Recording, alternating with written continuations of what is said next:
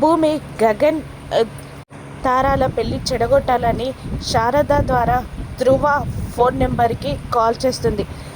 నేను గగన్ భార్యనండి భూమి, ధ్రువ గారేనా మాట్లాడుతున్నది అంటూ ఉండగా, అవునండి మీరు సపరేట్ అయిపోయారని చెప్పారు కదా, మళ్ళీ ఎందుకు ఫోన్ చేశారు అనగానే, ఒక్కసారి స్పీకర్ పెట్టండి అని అంటుంది భూమి. బావా, ఏంటి బావా, మనం సపరేట్ అయ్యామా?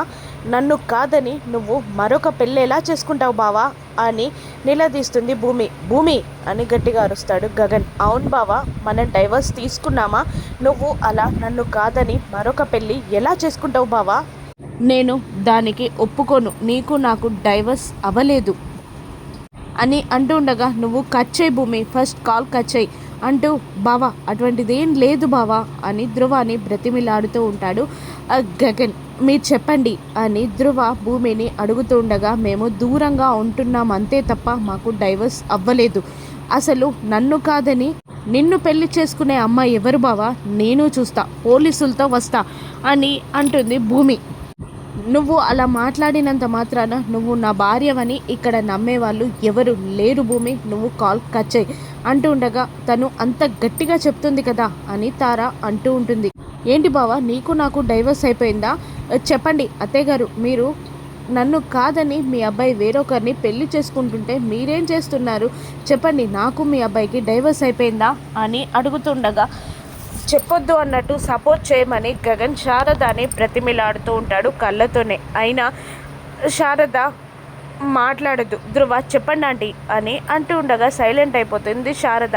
చెప్పండి అత్తయ్య అని మళ్ళీ భూమి అనగానే, అవ్వలేదు అని శారద అనడంతో, చూసావా బావా, నాకు డైవర్స్ ఇవ్వండి, నువ్వు వేరే పెళ్ళి ఎలా చేసుకుంటావు, ఇప్పుడే వస్తున్నాను నేను అని అంటూ, మీరు అక్కడి నుండి వెళ్ళిపోండి, లేదంటే నేను పోలీసులతో వస్తాను అని భూమి బెదిరిస్తుంది. దాంతో నాకు అర్థమైందండి అంటూ ధ్రువ వెళ్ళిపోబోతుండగా గగన్ ప్రతిమిలాడుతూ ఉంటాడు. నాకు అర్థమైంది, నేను నా చెల్లి కోసం పెళ్లి చేసుకోవాలి అనుకున్నాను, నా చెల్లితో పెళ్లి జరగదన్నప్పుడు నాకు ఇక అవసరం లేదు అని అంటూ తారాని తీసుకొని వెళ్ళిపోతాడు ధ్రువ. కోపంతో ఊగిపోతూ ఉంటాడు గగన్. భూమి ఇంటికి వచ్చేస్తుంది. అత్తయ్య ఆగిపోయిందా అని అడుగుతుండగా కోపంగా చూస్తూ ఉంటాడు గగన్. కన్నీళ్లతో ఎర్రబడ్డ కళ్ళతో చూస్తూ ఉంటుంది పూరి. భూమిని చూసేసరికి కోపంతో ఊగిపోతున్న గగన్ లాగిపెట్టి ఒక్కటి కొడతాడు. ఆ భూమి బాధపడుతుంది. మళ్ళీ ఒకటి లాగిపెట్టి కొడతాడు గగన్. భూమిని కొట్టొద్దు అన్నట్టు ఆపేస్తుంది శారద. ఇక వాళ్ళిద్దరి మధ్య గొడవ మొదలవుతుంది. నా పెళ్ళి చెడగొట్టడానికే ఉన్నావా నువ్వు? అసలు ఇంట్లో దేవతలా కొలిచాం నిన్ను, అయినా ఇంత పని చేశావు అని పూరి అంటుండగా, బావా అది కాదు బావా, నా వల్ల పెళ్ళి ఆగిపోలేదు బావా, నన్ను కాదని నువ్వు మరొక పెళ్ళి ఎలా చేసుకుంటావు బావా అని అడుగుతూ ఉంటుంది భూమి. చేసుకుంటాను, ధ్రువకి నా చెల్లికి పెళ్ళి కావాలి అంటే నేను తారాని పెళ్ళి చేసుకుంటాను, వాళ్ళు కండిషన్ పెట్టారు అనగానే కన్నీళ్లతో ఏడుస్తూ, వాళ్ళు కండిషన్ పెడితే నువ్వు పెళ్ళి చేసేసుకుంటావా బావా?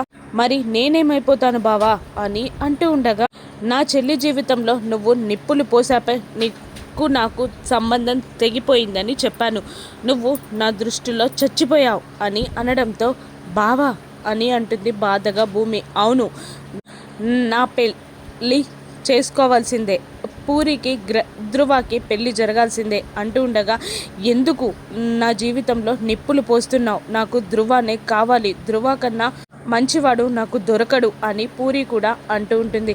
అది కాదు పూరి, నీకు ఇంకా మంచి సంబంధం వస్తుంది అంటూ ఉండగా, రాదు, నేను ధ్రువాన్ని తప్ప ఎవరిని చేసుకోను అని అంటూ ఉంటుంది.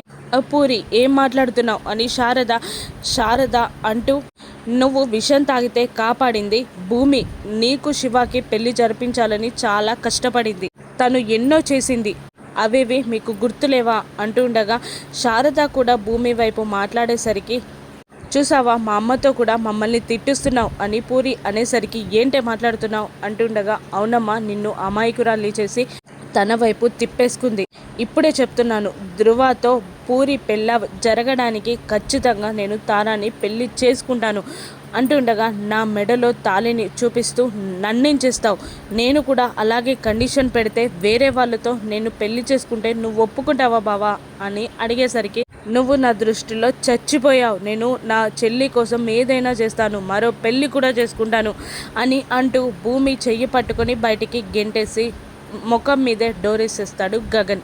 భూమి ఏడుస్తూ బాధపడుతూ ఉంటుంది. మరోవైపు కరెంట్ షాక్ కొట్టిన అపూర్వాని ఇంటికి తీసుకొస్తారు. ఇదంతా భూమి పనే అంటూ ఉండగా, లేదు ఇంట్లోనే ఉంది భూమి, తను ఎక్కడికి వెళ్ళలేదని సపోర్ట్ చేస్తుంటాడు కేపీ. లేదు అంటూ నక్షత్ర ఇల్లంతా వెతికొచ్చి ఎక్కడా లేదు అనేసరికి, అది ఇంట్లో లేకపోతే దాని సంగతి చెప్తాను అనేసరికి హారతి పళ్ళంతో ఎదురొస్తుంది భూమి.